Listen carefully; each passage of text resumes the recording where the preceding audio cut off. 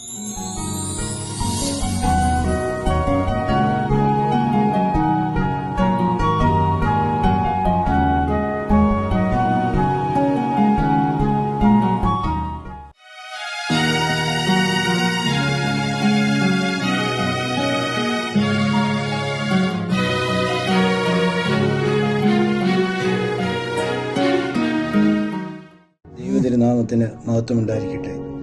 വിശുദ്ധ മത്തായി സുവിശേഷം 6-ാം അധ്യായം 25 മുതൽ 34 വരെയുള്ളതായ ദൈവവചനം.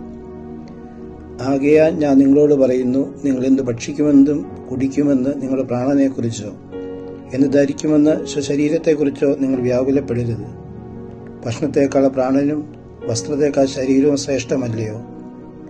ആകാശത്തിലെ പക്ഷികളെ നോക്കുവിൻ, അവ വിതയ്ക്കുന്നില്ല, കൊയ്യുന്നില്ല, അറകളിൽ ശേഖരിച്ചു വയ്ക്കുന്നുമില്ല. സ്വർഗസ്ഥനായ നിങ്ങളുടെ പിതാവ് അവയെ പുലർത്തിക്കൊണ്ടിരിക്കുന്നു. കണ്ടാലും അവയേക്കാൾ നിങ്ങൾ ശ്രേഷ്ഠരല്ലയോ? വിചാരപ്പെടുന്നത് കൊണ്ട് തൻ്റെ ഉയരത്തോട് ഒരു മുഴംകൂടി വർദ്ധിപ്പിക്കുവാൻ നിങ്ങളിൽ ആർക്ക് കഴിയും? വസ്ത്രത്തെക്കുറിച്ചും നിങ്ങൾ വ്യാകുലപ്പെടുന്നത് എന്തിന്? കാട്ടിലെ ശൂശാനകൾ എങ്ങനെ വളരുന്നുവെന്ന് പരിശോധിപ്പീൻ. അവ അധ്വാനിക്കുന്നില്ല, നൂൽ നിൽക്കുന്നില്ല. ഞാൻ നിങ്ങളോട് പറയുന്നു, ശലോമൻ പോലും അവന്റെ സർവ്വമഹത്വത്തിനും അവയിൽ ഒന്നിനോട് സമം അലങ്കൃതനായിരുന്നില്ല. ഇന്നുള്ളതും നാളെ എരുതിയിൽ വീഴുന്നതുമായ വയലിലെ പുല്ലിനെ ദൈവം ഇങ്ങനെ അലങ്കരിക്കുന്നുവെങ്കിൽ അല്പവിശ്വാസികളെ, നിങ്ങളെ അതിലും അധികമായി അലങ്കരിക്കുകയില്ലയോ? ആകയാൽ ഞങ്ങൾ എന്തു ഭക്ഷിക്കും, എന്തു കുടിക്കും, എന്തു ധരിക്കും എന്ന് നിങ്ങൾ വ്യാകുലരാകുകയും ചെയ്യരുത്. എന്തെന്നാൽ ലോകത്തിലെ പുറജാതികളത്രേ ഇവയെല്ലാം അന്വേഷിക്കുന്നത്. നിങ്ങൾക്ക് ഇവയെല്ലാം ആവശ്യമുണ്ടെന്ന് സ്വർഗസ്ഥനായ നിങ്ങളുടെ പിതാവ് അറിയുന്നുണ്ട്.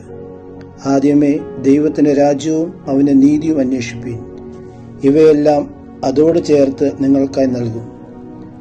ആകയാൽ നാളത്തെ പ്രതി നിങ്ങൾ വിചാരപ്പെടേണ്ട. എന്തെന്നാൽ ഈ നാളെ തന്നെ അതിന്റെ കാര്യം വിചാരിച്ചുകൊള്ളും. അതാവ് ദിവസത്തെ കഷ്ടത അന്നേക്ക് മതി. ദൈവത്തിന് മനുഷ്യരോടുള്ള സ്നേഹത്തിന്റെയും അത് വെളിപ്പെടുത്തിയ വലിയ ത്യാഗത്തിന്റെയും ഓർമ്മപ്പെടുത്തലാണ് വലിയ നോമ്പ്.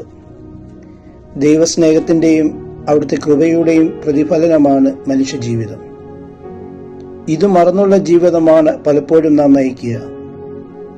ആധുനിക യുഗം ആശങ്കകളുടെയും ആകുലതകളുടെയും നാളുകളാണ്. നാളെക്കുറിച്ചുള്ള ആശങ്കകൾ നമ്മുടെ ജീവിതങ്ങളെ ക്ലേശപൂർണമാക്കുന്നു.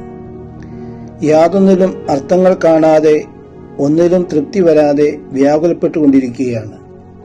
എന്നാൽ ദൈവം നമ്മളോട് ആഹ്വാനം ചെയ്യുന്നത്, നിങ്ങൾ ആദ്യമേ ദൈവത്തിന്റെ രാജ്യവും അവന്റെ നീതിയും അന്വേഷിപ്പീൻ, ഇവയെല്ലാം അതോട് ചേർത്ത് നിങ്ങൾക്കായി നൽകും.